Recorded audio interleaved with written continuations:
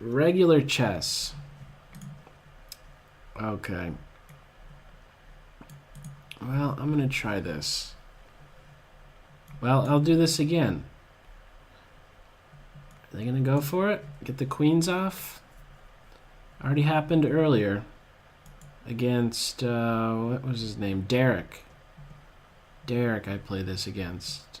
And knight here and then f6. So let's do this. Box that knight out. Home for the king. And now, before this bishop gets on this diagonal, I think I do well to be on the diagonal. Weak point. Follow up, bishop e6, knight d7, king f6, or not. Let me guard this. So similar. If you were here earlier in the stream, this was already played, and I touched on how this knight could turn out to be out of play. In that earlier game, it did turn out to be out of play. So actually, let me do this first, because I guess white was looking at expanding with b4. And what else?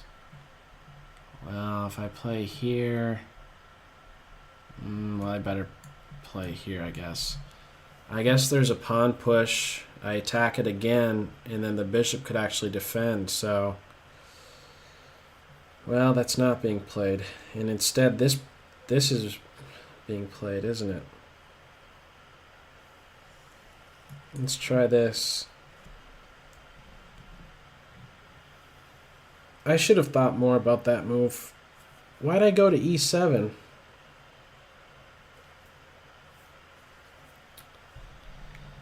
Why did I go to e7? I shouldn't have done that. Let me maybe get rid of this knight. Or no, I'm not necessarily going to get rid of the knight. Maybe I could come around in this direction. My main thing here is that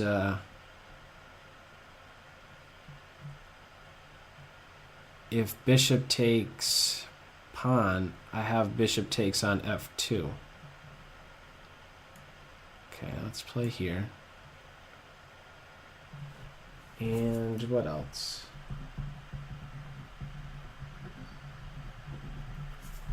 Okay, the castle. I still have that check available. I think this is right, though, just so that c5 isn't played.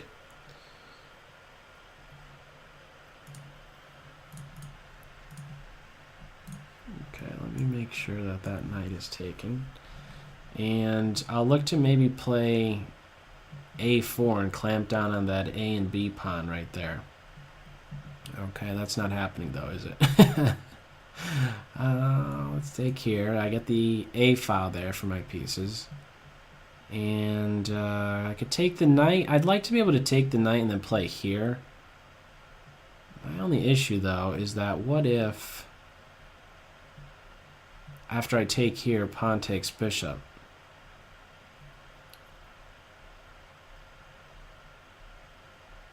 Maybe I could do something else. I'm going to try this. And my idea with this is that if bishop here, then I'll take the knight. And if pawn takes bishop, then I'm getting a minor piece. So I want to maybe chase this bishop to this square. If pawn takes, I recapture here, and I'm threatening bishop takes knight, and then grab the bishop. And I'd like to soon get my knight like right here. It's going to take forever. A knight trying to get two squares diagonally.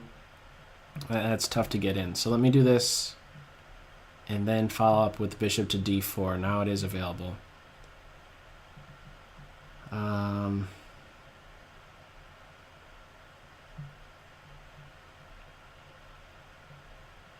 Okay, yeah, so bishop to d4.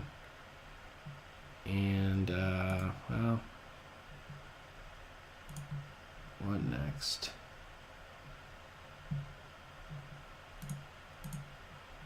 Okay.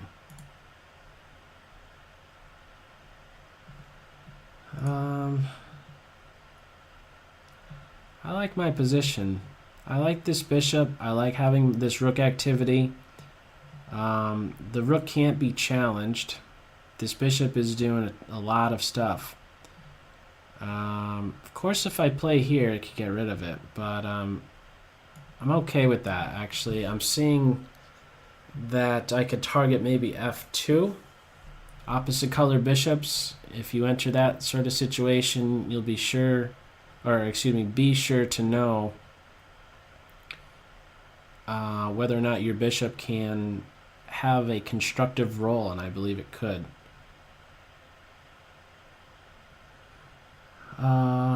So now what? Rook a2. I could hit this guy. I could just get my other rook on this file. And what else? Knight f7. Knight d6 is a possibility. I like that because I'd be hitting both of these guys. I'm in a spot to meet b5 with c5. So let's actually save my knight. I think he could turn out to be a pain. I could do this as well. But, okay, let's just close this up. I have control over this. There's nothing happening here. My bishop is well positioned. Doubling the rooks on the A. And then knight to d6. Okay. This is difficult to defend now. In fact, it's undefendable.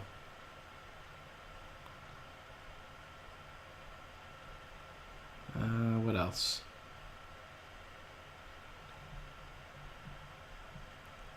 Okay, I'm just winning this pawn. This rook is doing a real lot. It's, once your understanding is at the point in a chess game where you know to just get your minor pieces out and get castled, and your rooks in particular on open files, that next step you're going to be looking forward to is getting your rooks functioning along ranks. Moving it, once it's on an open file or half open file, look for a pivot point along that file. And right now it's contributing in both directions. Two functions.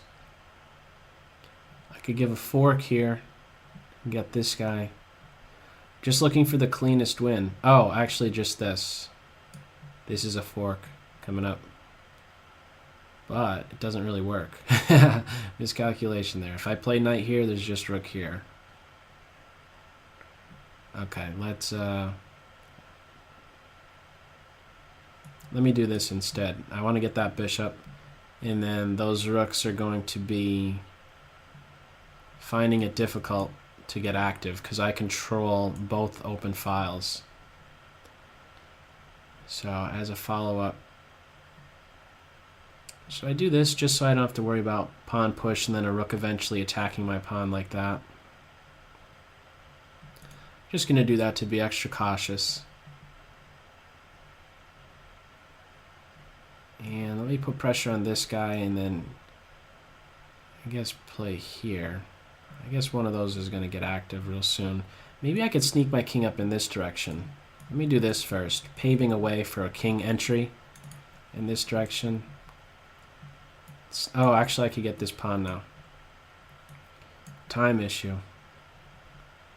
Okay, king position.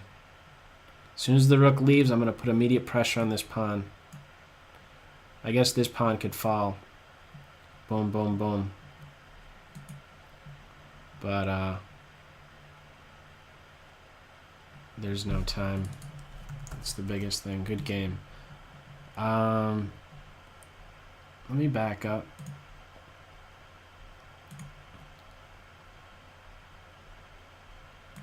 And what else? Okay, let's see. Again, I don't know how much really you could get with playing the white pieces if you're going to go forward with the queen exchange that early on. Yes, again, I'm uncastled, but you really can't take advantage of that. I did reference earlier that you could look into f4 and maybe knight f3, because otherwise we have this. After knight f3, f6, and the knight is kind of dead to the game. And let me just kind of skim through here. What did this knight do the whole game?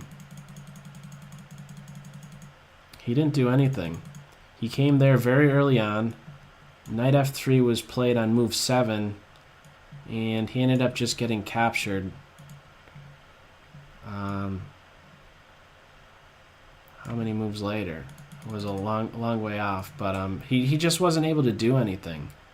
So that's, again, some way you can maybe be getting that knight a bit more active by going forward with that.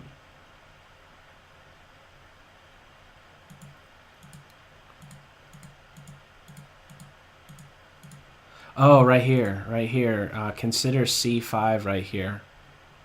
And what else? c5 followed by bishop to e3, and I think I'm in some trouble. So this knight move was pretty good. I think just following up with clamping down on this pawn, and then following up with pawn here, and I'm in some hot water. I have to always be on the lookout for, let's say, knight to b6 stuff. Or, here's another thing, your knight that was on f3 could be doing stuff in the following way. Knight d2 to c4 to b6. Starts off with c5, support point on b6, follow up bishop e3, knight d2, knight c4, and then your pick. Either one of these squares seems pretty appealing. So that's I'm almost certain a computer would be saying something like c5 right here. It just seems really, really, really good. So look into that.